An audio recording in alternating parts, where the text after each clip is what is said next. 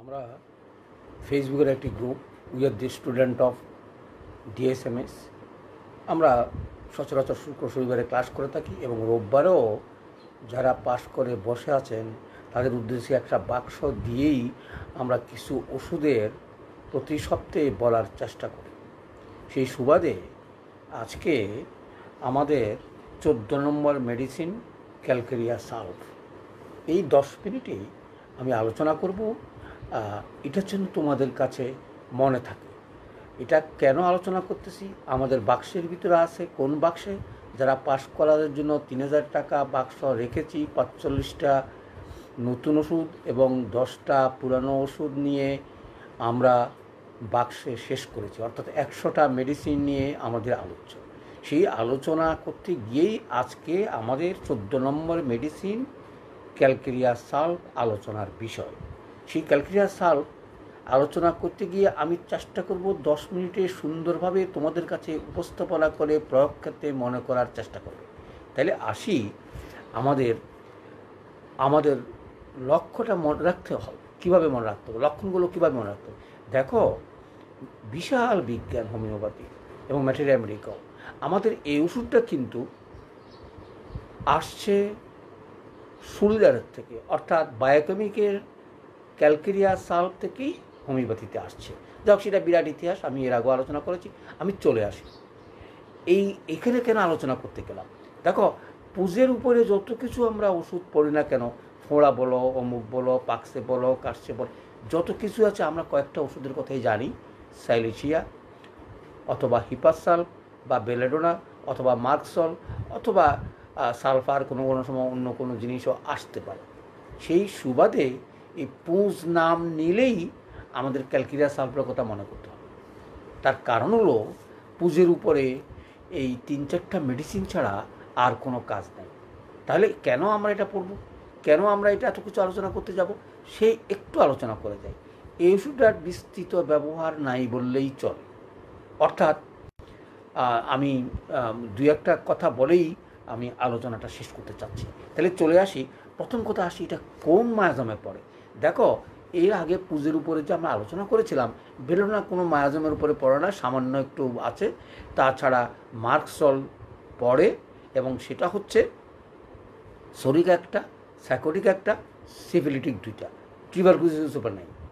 ঠিক হিপাসাল্প কীরকম, দেখো হিপাসাল্প অনেকটা সেরকম, অর্থাৎ 2টা স্টার নিয়ে সরিক, 2টা স্টার নিয়ে সাইকোটিক, 2টা স্টার নিয়ে সিফিলিটিক।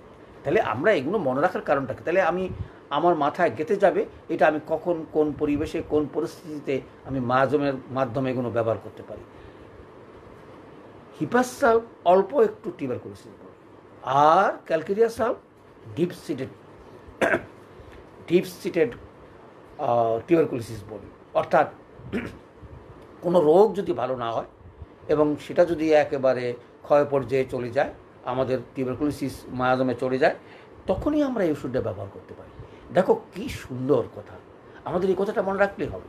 অর্থাৎ মার্কসল তোমার সিফিলিটিক মায়াজমের উপরে বেশি জোর, সাইকোটিক এবং সরিকের উপরে কম। হিপাসাল্ফ সরিকের উপরেও 2 স্টার, সাইকোটিকের উপরেও 2 স্টার, সিফিলিটিকের উপর 2 স্টার, কিন্তু টিউবারকুলোসিসের উপরে সামান্য। আর calcarea sulph deep seated medicine, অর্থাৎ টিউবারকুলোসিসে 1টা স্টার নেওয়া সে উদীয়মান। তারপরও বলবো সে সাইকোটিকও আছে, সিভিলিটিকও আছে, সরিকও আছে। তাইলে এই যে ভাগটা করা হলো, তাহলে আমরা মনে রাখলাম যেই জায়গায় আমরা ফেল করব, অর্থাৎ দেখব ভালো হচ্ছে না, সেখানেই আমরা ক্যালকেরিয়া সালফ ব্যবহার করতে পারি। তাহলে এটুকু মনে রাখলে আমাদের যথেষ্ট। আচ্ছা, আর কি লক্ষণ? আর লক্ষণ হলো, দেখো প্রত্যেকটা জিনিসের পুঁজের পার্থক্যগুলো যদি মনে রাখতে পারি, তাইলে আমরা ওষুধটা প্রয়োগ করতে পারি। কীরকম পুঁজের পার্থক্য? ঘন পুঁজ হচ্ছে ক্যালকেরিয়া সালফ। দীর্ঘদিন কোনো ক্ষততে যদি ভালো না হয়, সেই ক্ষতটা যদি হলদে, গাঢ় এবং দুর্গন্ধ যুক্ত অথবা এরকম কিছু থাকে, তখনই আমরা ক্যালকেরিয়া সালফ ব্যবহার করব।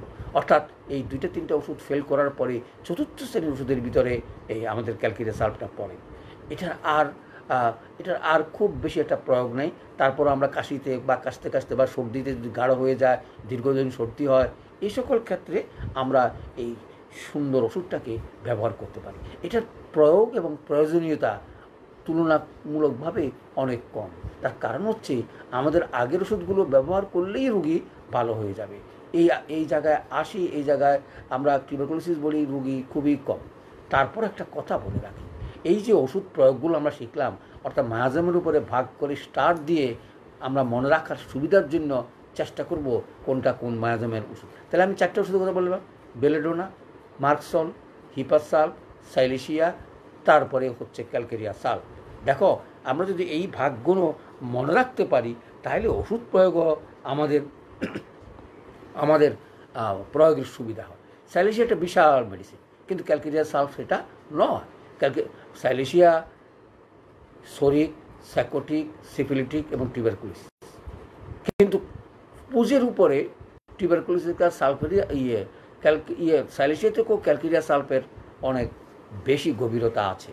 তবে দুইটা জিনিসের কথা মনে রাখতে হবে, হাড়ের উপরে তার কোনো কাজ নেই। অর্থাৎ হাড়ে যখন কোনো দাগ পড়ে, পুঁজ হয়, বা সেখান থেকে সেই গভীরতা থেকে যদি কোনো পুঁজ বেরোয়, তাহলেই ক্যালকেরিয়া সালফের কাজ নাই। ক্যালকেরিয়া সালফ হচ্ছে মাংসপেশিতেই যদি পুঁজ ঘন হয় এবং গাঢ় হয়, এবং আমরা পার্থক্যগুলো নির্বাচন করব এইভাবে যে সাইলেশিয়ার পুঁজ হলো পাতলা, দুর্গন্ধ আছে এবং সেটা ডিপ সিটেড, অনেক সময় অনেক ওষুধে ভালো না হলে, হিপাসালফে ভালো না হলে আমরা সালফারে যাই, সাইলেশিয়াতে যাই, সাইলেশিয়াতে ভালো না হলে আমরা ক্যালকেরিয়া সালফে যেতে পারি। সুতরাং এইটুকু মনে রাখলেই আমার মনে হয় আমার বাক্সের এই 3টা পাওয়ার দিয়ে তোমরা অনেক সময় প্রয়োজনীয় ওষুধ হিসাবে ব্যবহার করতে পারো। পুজোর ক্ষেত্রে আমরা যদি কোনো রকমের আনসাকসেসফুল হই অথবা কৃতকার্য না হই, সে কারণেই 4র্থ বক্সের এই বাক্সের ভিতরে দেওয়া। আর এটা বায়োকেমিকের প্রচণ্ড ব্যবহার আছে। তারপর আমি বলবো এটা পরিক্রাস অথবা খুব একটা প্রয়োজনীয় ওষুধ নয়। তবে প্রয়োজন কখন, যদি পুজোর ক্ষেত্রে কোনো রকমের আমরা ভালো করতে না পারি, তখনই আমরা এই ওষুধ নেওয়ার চিন্তা করব। আর কাশিতে অনেক সময় এরকম হয়, কাশতে যদি সেই ঘন কাশ এবং হলুদ বর্ণের হয়ে যায়, যেমন ক্যালকেরিয়া পালসের কথা বলছিলাম, ক্যালিসালফের কথা বলছিলাম, তার পরের স্টেজ হচ্ছে ক্যালকেরিয়া সালফ। সুতরাং আজকের এই ছোট্ট সুবাদে তোমাদেরকে হোমিও কারণে নিয়মিত দেখার আহ্বান জানিয়ে আমি আমার এই পাশ করা শিক্ষার্থীদের অথবা যারা আমার লেকচার শুনো, তাদেরকে আগামী দিনের আমার এই বক্তৃতা শোনার আহ্বান জানিয়ে আমি এই আলোচনা শেষ করছি। ধন্যবাদ সবাইকে।